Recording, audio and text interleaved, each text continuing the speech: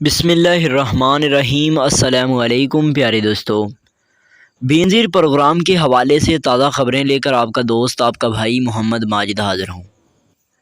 آج کی زیر نظر ویڈیو کے اندر ہم آپ لوگوں کو بتانے جا رہے ہیں کہ بینظیر پروگرام میں نااہل افراد کے لیے حکومت کی جانب سے کون سی بڑی خوشخبری آئی ہے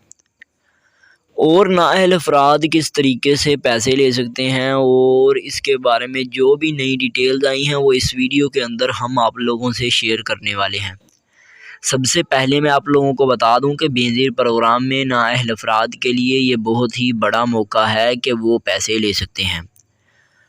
انہیں چاہیے کہ وہ بینظیر پروگرام کی جو نئی اپارچونٹیز یا پھر نئے مراحل کے اندر جو بھی نئی تبدیلیاں ہوتی ہیں تو انہیں موقع دیا جاتا ہے، خاص کر ان لوگوں کو جنہیں نااہل کیا گیا ہے کہ وہ اہلیت لے سکتے ہیں۔ لیکن میرے ایسے بہن اور بھائی موجود ہیں جنہیں بینظیر پروگرام کے اندر نااہل کیا جاتا ہے تو وہ گھر بیٹھ جاتے ہیں، وہ ہاتھ پاؤں ہی نہیں ہلانا چاہتے اور کہتے ہیں کہ ہمیں گھر بیٹھے پیسے مل جائیں، تو ایسا کبھی بھی نہیں ہونے والا۔ آج کی زیر نظر ویڈیو کے اندر میں آپ کو بتانے والا ہوں کہ بینظیر پروگرام میں کن مراحل سے گزر کر آپ کو پیسے مل سکتے ہیں، اور اگر آپ کو نااہل کی لسٹ میں ڈال دیا گیا ہے تو آپ لوگ کس طرح سے اہلیت لے سکتے ہیں۔ یہ ایک بہت ہی بڑا سوال ہے، خاص کر ان لوگوں کے لیے جو غربت میں ہیں، جو مستحق ہیں، جن کو پیسے نہیں دیے جاتے، انہیں دھتکارا جاتا ہے، انہیں بینظیر پروگرام کے دفاتر کے اندر داخل بھی ہونے نہیں دیا جاتا۔ انہیں یہ کہہ کر موڑ دیا جاتا ہے کہ آپ لوگ بینظیر پروگرام میں نااہل ہیں۔ وہ مستحق ہونے کے باوجود بھی گھنٹوں لائنوں میں کھڑے رہتے ہیں، اور بعد میں انہیں بتا دیا جاتا ہے کہ آپ کے پیسے کسی نے نکال لیے ہیں، یا آپ کا انگوٹھا پہلے ہی کسی نے لگا لیا ہے۔ یا وہ عالم سوچئے کہ جب ایک بندہ، ایک مستحق غریب انسان جب سارے دن دھکے کھا کر اپنی باری پر آتا ہے تو اسے بتا دیا جاتا ہے کہ آپ کے پہلے ہی پیسے کسی نے نکال لیے ہیں تھرو اے ٹی ایم۔ تو یہ چیزیں بہت ہی زیادہ کریٹیکل ہوتی ہیں اور لوگوں کو سمجھنی چاہیے۔ اب یہاں پر سب سے بڑا مسئلہ پاکستان کے اندر مستحق لوگوں کو نااہل کرنا ہے، اور جو مڈل مین ہے یا پھر جو تگڑے لوگ ہیں ان کو اہلیت دی جاتی ہے، یا پھر رشوت کے طور پر پیسے چند کھلا کر یا کھا کر ان لوگوں کو اہلیت دے دی جاتی ہے، اور جو مستحق لوگ ہوتے ہیں وہ رہ جاتے ہیں۔ اسی چیز کے اوپر میں آپ لوگوں کو بتاتا ہوں کہ بینظیر پروگرام کے اندر جو بھی چیزیں ہوتی ہیں ان کو ہونا تو نہیں چاہیے لیکن ہو رہی ہیں۔ بہت سارے مستحق لوگ اسی آس پر زندگی گزار رہے ہیں کہ شاید انہیں بھی کوئی بینظیر پروگرام کے اندر اہلیت دلوائے گا، لیکن ایسا کبھی بھی نہیں ہونے والا۔ جب تک بینظیر پروگرام کے اندر مستحق لوگ خود نہیں اٹھیں گے، ان کی آواز کوئی نہیں بن سکتا۔ خیر، یہاں پر ہماری بات ہو رہی ہے بینظیر پروگرام کے نااہل افراد کے لیے کہ انہیں پیسے کس طرح سے مل سکتے ہیں، یا وہ کیسے اپلائی کر سکتے ہیں، کون سے خوشخبری آئی ہے، کیا حکومت نے کوئی خوشخبری لانچ کی ہے، یا میں آپ کو بتانے والا ہوں، تو اس کے متعلق بات کرتے ہیں۔ پیارے دوستو، بینظیر پروگرام کے اندر ایسی بہت سارے جو لوگ ہیں جنہیں نااہل کیا جا رہا ہے، اور ابھی جو 7,000 کی امداد آئی ہے اسی کے لیے بھی نئے لوگوں کو نااہل کر دیا گیا ہے۔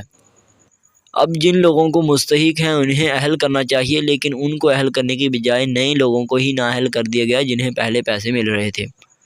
تو اس کے لیے ہم کیا قدم اٹھا سکتے ہیں، ہم کس کو اپنی عرضی سنا سکتے ہیں، اس کے بارے میں بات کرتے ہیں۔ دوستو، اگر آپ کو بھی بینظیر پروگرام کے اندر مستحق ہونے کے ساتھ ساتھ آپ مستحق ہیں، آپ کو اہل ہونا چاہیے تھا اور آپ کو نااہل قرار دیا جاتا ہے، تو آپ لوگ بینظیر کے دفاتر کے اندر جانے کے بجائے آن لائن شکایت درج کروائیں۔ اگر آن لائن شکایت درج نہیں کروانا چاہتے تو پیارے بھائی، آپ لوگ اپنے جو ڈسٹرکٹ ہیں اس کے آفس میں بینظیر کے دفتر جائیں اور وہاں پر جا کر شکایت نامہ لکھیں۔ اس سے ہوگا یہ کہ آپ لوگوں کا دوبارہ سے سروے ہو سکتا ہے اور آپ لوگوں کو دوبارہ رجسٹریشن کے بعد پیسے مل سکتے ہیں۔ اب یہ چیزیں ہیں جو میں آپ کو بھائیوں کی طرح یا اپنی بہنوں کو بتانا چاہتا ہوں، جو کہ روز بروز بینظیر کے دفاتر کے دھکے کھا رہی ہیں اور انہیں پیسے نہیں مل رہے۔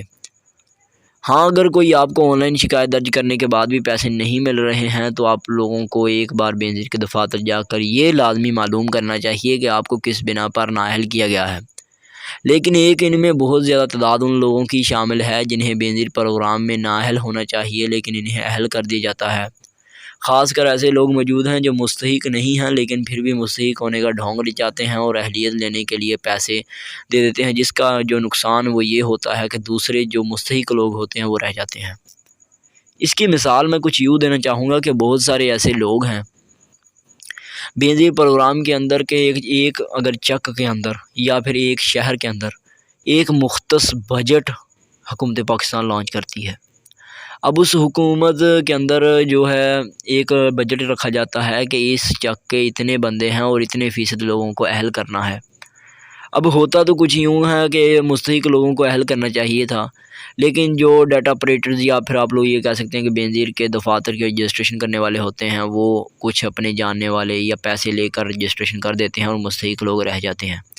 یہی وجہ ہے کہ پاکستان میں مستحق لوگوں کو پیسے نہیں مل رہے۔